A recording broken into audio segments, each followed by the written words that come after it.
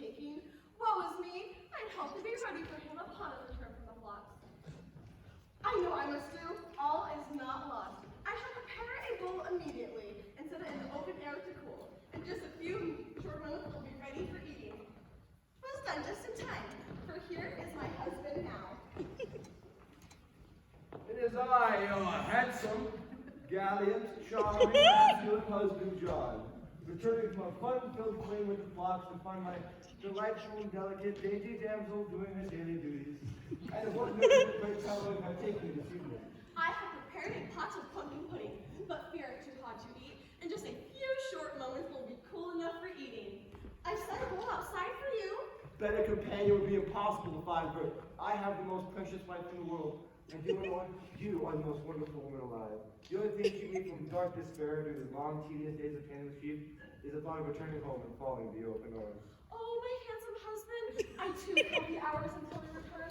I am always lonely when you leave me here. Every moment of your absence, I pray for you. My dear Lord, it is difficult for me to imagine we've been married for so many years. It seems like only last Eve we first fell in love. Do you remember that day? I know I shan't dare forget it. I remember seeing you on that magnificent steed across the meadow from me. It was only a flat horse. There you sat, gazing at me as I stood under that old oak tree. The rain was pouring, thunder roaring, lightning soaring, and the wind blowing in the twined branches of that tall, tangled tower of timber. There I stood, shivering in the storm, praying that it would cease. Then I watched as you summoned enough courage to whip your horse and send me galloping across the muddy meadow towards me. You took me in your masculine arm and turned me away from me to be tortured. You were alone, my dear, and I could not leave you to brave that storm. It was my duty to drive you to safety. All I know is why I sat on the magnificent steed. There's nothing but thoughts of love. And ever since that day, my dear, you've been in all of my thoughts and dreams and prayers. You made me the happiest shepherd in Mary O'Leary the day you consented to be my wife. Our meeting was God sent. We must have been made for each other. My dear Lord, can I tell you something? I am famished from following the flocks, and fear I must be furnished with food. Hunger is such a painful thing. You're not my handsome husband. I'm sure the pudding has cooled. Please, be seated and dine. I must remove the pot from the heart before the pudding is burnt. Oh, my love, a delicious delicacy could hardly compare to such a luscious meal. Not only are you a beautiful wife, but a most ingenious cook. You're so kind. It's hot. John, my love. Yes, dear sweetheart? A most annoying draft is drifting through the doorway. I fear I will catch my death of cold. Couldst thou please shut and bar the door? My dear Lenore, that door must certainly be shut. But I just sat down for a full 5 hours of tending the flock, and there must be furnished with food. My dear sweet Lenore, whose voice is as delicate as a metalwork's, would it be troubling you too terribly much to shut and bar the door yourself? My handsome husband, my hands are full of cooking tasks, and if I stop for an instant from stirring the pumpkin pudding, it will be burnt to the bottom. Dear mighty masculine man of mine, please, shut and bar the door. My dear Lenore, do not sit at the table as I am. You're much closer to the doorway than I. Is this not strange to like anyone else? First, she invites me to sit down. But then, she insists that I shut and bar the door. I have no intention to seem the slightest unfair, my handsome hero, and ask you to do this insignificant little chore. But it seems, in all fairness, that it should be your task. After all, you were the last to enter the door. But you welcomed me in. You stood beside me. It was your duty to shut the door as I entered. Darling John, my mind on matters of making your meal. I have no thoughts to spare on remembering to shut and bar the door. My dear Lenore, I have always been under the impression that in our partnership as husband and wife, we've lived with the understanding that you, the female, would control all domestic and household duties. I am in charge of all the tasks and duties which helps produce our most precious and loving income. Thus, it seems perfectly clear that since the door is part of the house, it would be a household task to so guard. You, my dear, as I said before, have pledged to control all domestic and household duties. Thus, it seems that you shut and bar the door, the task was falls under your jurisdiction. But, my precious, we've also lived with the understanding that all pleasures and problems would be shared equally as a husband and wife, and while it's certainly no pleasure to shut and bar the door, it seems to increasingly be a problem between the two of us. Thus, I feel that we should share the shelter's problems, and you should shut the door. Well, I'm terribly sorry, my dear Lenore. But I refuse to rise from this table after a difficult, dusty, dreary day of doing my dismal duty. If you wish to have the door shut, you must bring it upon yourself to do that simple task. I have no idea what has brought this ridiculous mood over you. Never before in our marriage have you acted this way. I don't understand it. Isn't that just like a woman? She adds and irritates and constantly deliberates until she infuriates you with the most maddening of wishes. What in heaven's name are you puzzling about? As if my daily duties were not enough to keep me busy throughout the day without having you come home and frustrate me so. I frustrate you so? My dear Lord, was it not you who asked to have the door shut? And was it not you who insisted that I do it? And I see no reason whatsoever why you should not. Lord, I'm having a terrible temptation to lose my temper, and I must insist that you cease telling me to shut by the door. Ask yourself. I knew our marriage wouldn't last, and I know how you must hate me. Every morning at the break of dawn, I prepare your breakfast. Then after you got up to the flocks, I clean our shambled shelter. I darn your dreary stocking. I wash your working clothes. Then I produce a pumpkin pudding or a pickled pear pie for you to partake. I try to make myself as attractive as possible. Even though I come from work, what kindness do you repay me with? How do you express your gratefulness? I'll tell you how. You tell me you don't do the dismal duties properly.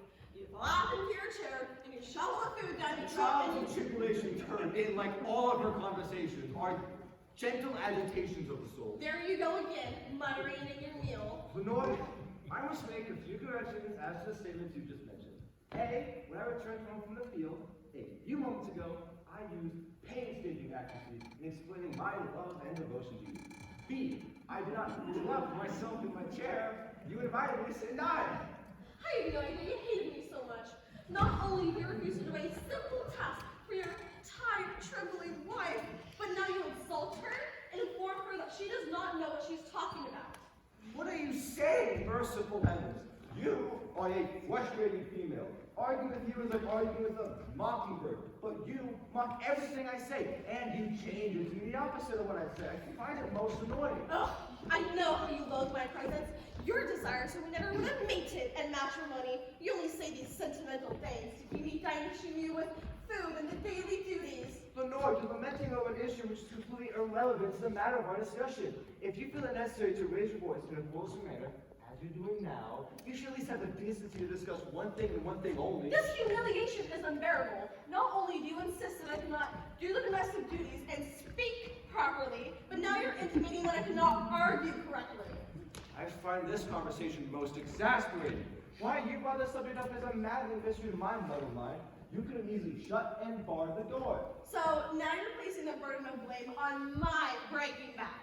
It's entirely your fault in this fight, refusing to do a simple task when I asked you to. That is an untruth, a false statement, a ransom remark, a lie, and a completely ridiculous thing for you to say. So you feel my statements are wrong. You find them false. Find them foolish and untrue. Very well, dear John. If I only speak untruth, if I tell nothing but lies, perhaps it would be wise if I discontinued to speak. That would bring a pleasant and peaceful finish to this inane discussion, which proves to be advancing nowhere. Very well. If it's what you wish, I shall cease speaking. I shan't speak again until you shut and bar the door. You try to make a simpleton of me. I know your scheme and it won't work, so I won't let it. And how, pray tell, you intend to do that? As of this moment, my dear, we will both fall into a deep silence. A silence which, if broken by either one of us, will end the contest. It's a challenge to silence. The first person to utter a single, slight, solitary syllable from his, her, lips, will be forced to shut and bar the door. Well, Lenore, are you agreeable to the terms of my contest? I feel it would be a pleasant way to prevent this conversation from going to ridiculous proportions. If you think that you can remain silent longer than me, if you think for an instant that you can win this contest, all I can say, dear John, is I shan't shut and bar the door. I shan't either. Very well. We'll see about that. I accept your challenge and agree to shut and bar the door if I shall be the first to speak. But I must warn you, I will remain silent all my life, if need be. Very well, Eleanor. Do you have a final phrase to mention before we begin? All right, our challenge will commence. Silence!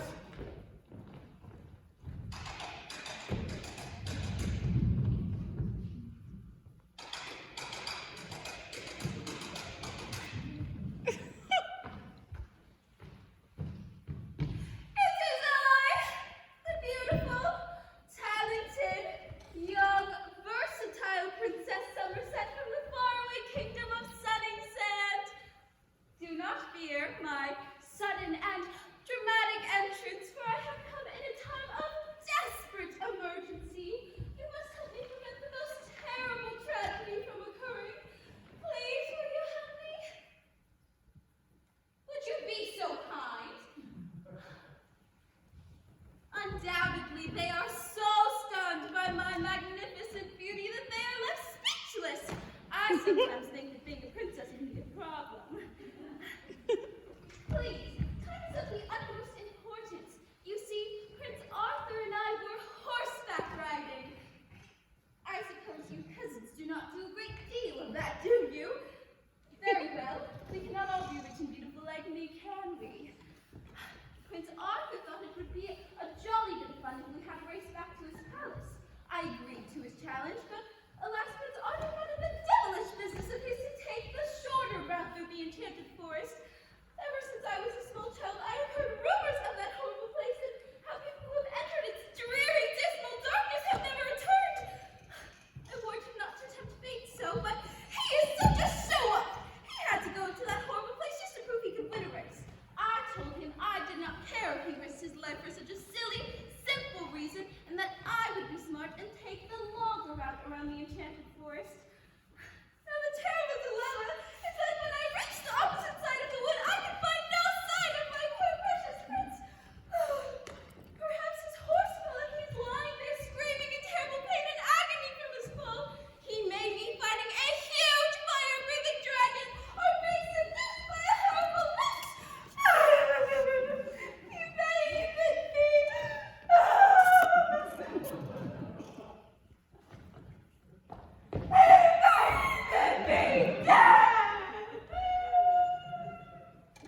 I pray that you will help me find him.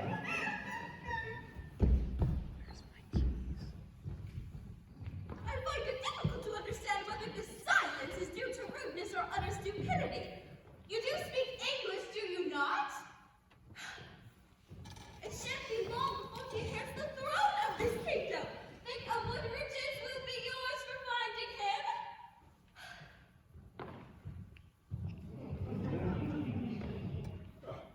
If you fear the enchanted forest as many others do, and if you fear to enter, you should at least have the decency to tell me of someone less cowardly than you who will help me save the prince. Can you not utter a sound? A syllable? Prove to me that you are not mute. Anything to break this maddening silence. I am going insane. I cannot control myself. Oh, how the heavens could be so cruel as to send me into this horrible, hideous death hole!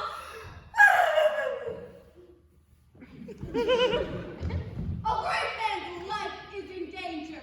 Can you not understand? He must be saved. If not for me, do it for your country.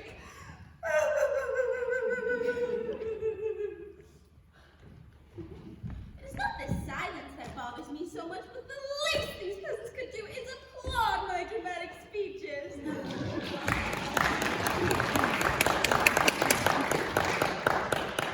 What must I do to have you speak? Must I pay you? I will give you gold, rubies, pearls, half the kingdom if necessary.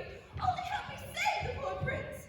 If you do not aid me, I will be forced to flee to the palace, which is a good 2 hours' drive from here. By that time, the prince may be dead. Can you not see how important it is that you help me, please? Very well. I shall travel to the palace alone, and I shall tell the king and queen of their unloyal subjects. I wager that when I return tomorrow morning with the guards, they shall take you as prisoner. I'm sure the king will feel it necessary to have you beheaded, or they will consider treason for your not aiding a dying prince in his time of desperate need. I shall expose you two to the entire kingdom, the entire country, the entire world if need be. You make it feel supposed to leave it dead.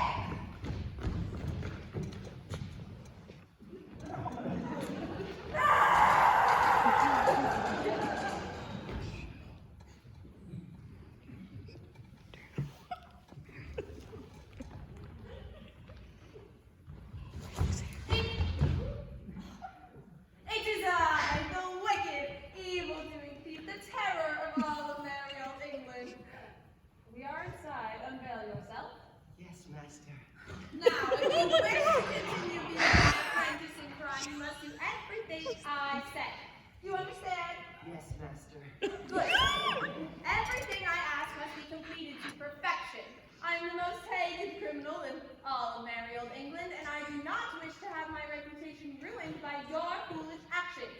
You must obey my every whim if you wish to continue under my schooling. Yes, master. Now, announce my presence to these peasants. Yes, master. Announcing the meanest, cruelest, evil-doing, ugly, venom-spitting, dirty, rotten rat think of the 13th century A.D. And the goodness-hating, dungeon-dwelling, dirty-dealing, non-appealing, Guinness-stealing, and the tintinabulation that some spells from the bells. What is wrong with you? What are you saying? I'm sorry, master. I got carried away with my wicked remarks. You shall never let that happen again, understand? Yes, master. Very well, you may continue.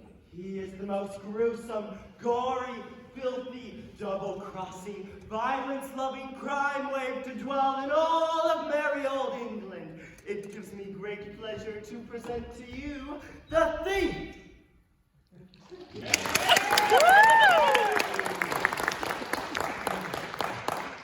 What? No applause? Are you unaware of the great honor I am bestowing upon you? Soon the whole kingdom will be talking about you. It is not everyone who gets to be robbed by me. You should be pleased that I found you worthy of robbing. Is that not true? Oh, yes, master, yes. Why, he even stole candy from a baby. He has no mercy. Yes, and tell them about the time that I beat the broken-bodied, that poor defenseless widow just to gain a few shillings.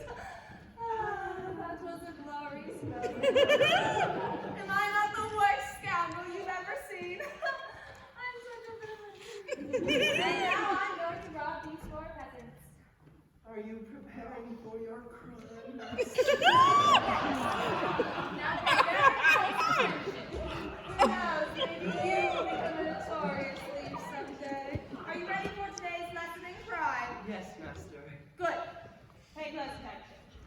The first thing we must do is address our victims.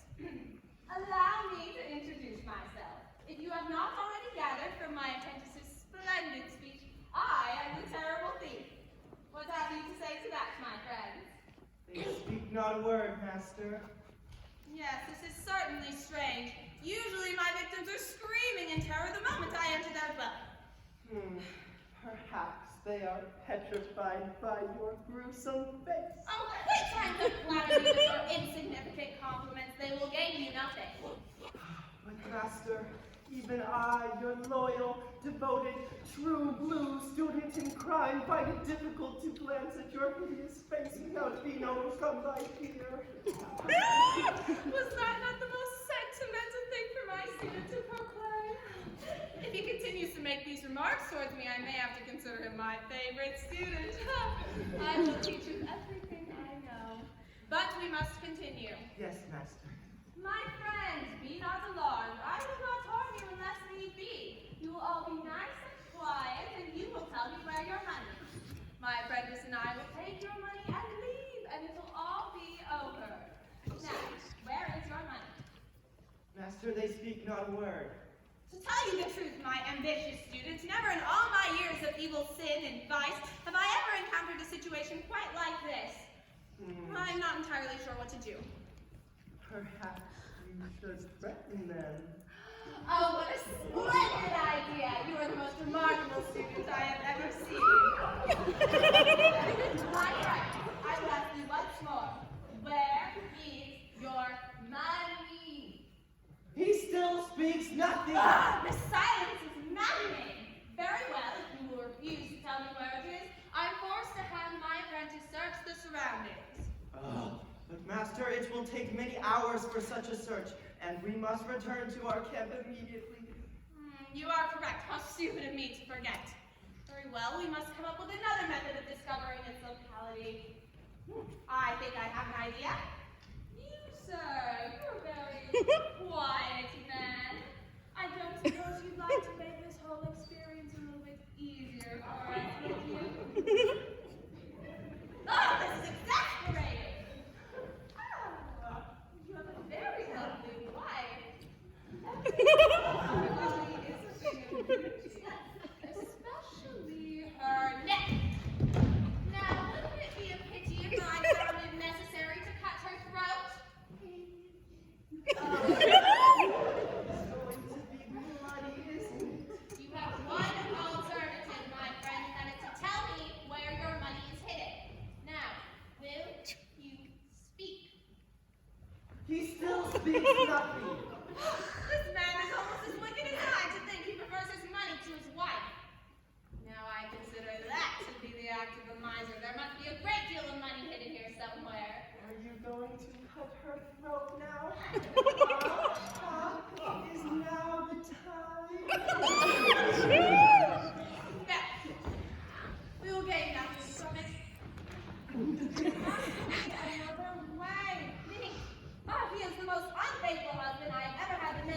rowing. I do have an idea. What splendid torture this will be. Torture? Will there be violence? Huh? Will it be gory? Oh, say it will be gruesome. Say it will, please.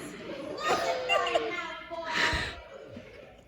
Oh, what is this dreadful mess? Pudding, master, it's piping hot. Come here. Yes, you. Very lovely beard. I suppose you're very proud of it, yes? Now, wouldn't it be a pity if I were to ruin it? Oh, how will you do it, master? Oh my God! Oh, this is marvelous.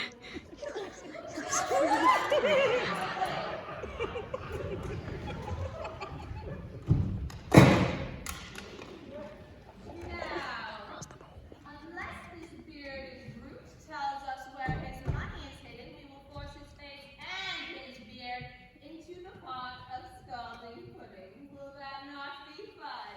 Oh, you are very wicked, master. This is tremendous torture. We shall start to torture. We shall start to torture. Kill the pig! Kill the pig!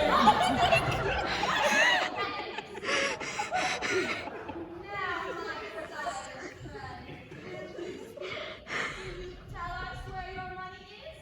Or do I destroy your face and beard? He does not speak a word. Very well then, I suppose I am forced to shove his face into the pudding. Oh no! I'll tell you the money is very a damn thing! Oh, is that not strange? A man who prefers a good beard to his wife? Money is just unpale, taken away with being. To think soon I will have their entire life saved. You wicked swine! You will not get rid of this Gallows rogue! Don't worry, they all said that. You dog! You brute, you rascal! Just sit there staring at me! Do something! These vicious villains will take all of my money. I don't wish to spend the remainder of my life in poverty. Do something! Help! Someone please help me!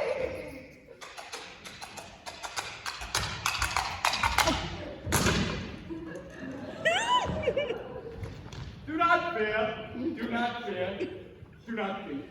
For it is I, the dashing, gallant, strong and mighty warrior, that is, Prince Arthur. And I shall save you two from the hands of these vicious villains. Take that, you forget that! You from the body! I shall apprehend you! Save yourself! I will save myself. Right! Because legally filling all of these people are me!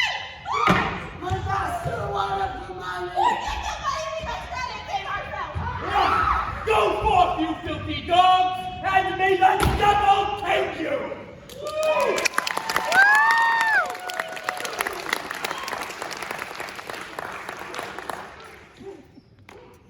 Oh, Prince Arthur, how can we ever thank you? Those criminals will not be back. You will be safe now. The heavens must have sent you. How can we possibly repay you? Well, I am looking for a princess. A beautiful princess. We were horseback riding, and she became lost. But I've been searching the countryside for her. When I came across your small cottage, I thought that perhaps you two might know of her whereabouts. Tell me, have you seen the lovely princess? Yes, she was here but a moment ago. She fears you lost the enchanted forest and has gone back to the palace to obtain more guards. That's wonderful. Then it must be off to the palace to stop that search from originating. You two have been most helpful. In fact, here, a bag of gold in exchange for your two kind services. My father, the king, will be most pleased to hear of his loyal subjects. Now, farewell, good sir, and good night, for I have far to journey. Thank you, Prince Arthur, thank you. A fortune in gold. What a magnificent night bed. I mean, I can't think of a single thing that could possibly ruin there.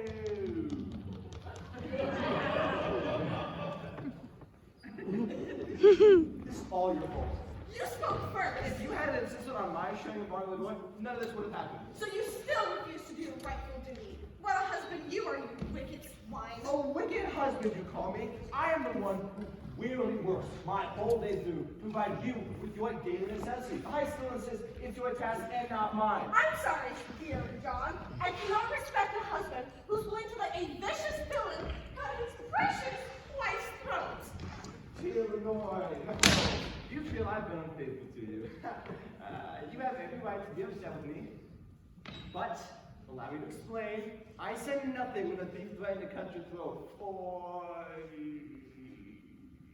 I knew you were too beautiful for anyone to restore. No one, not even the terror of all England, could harm your precious body.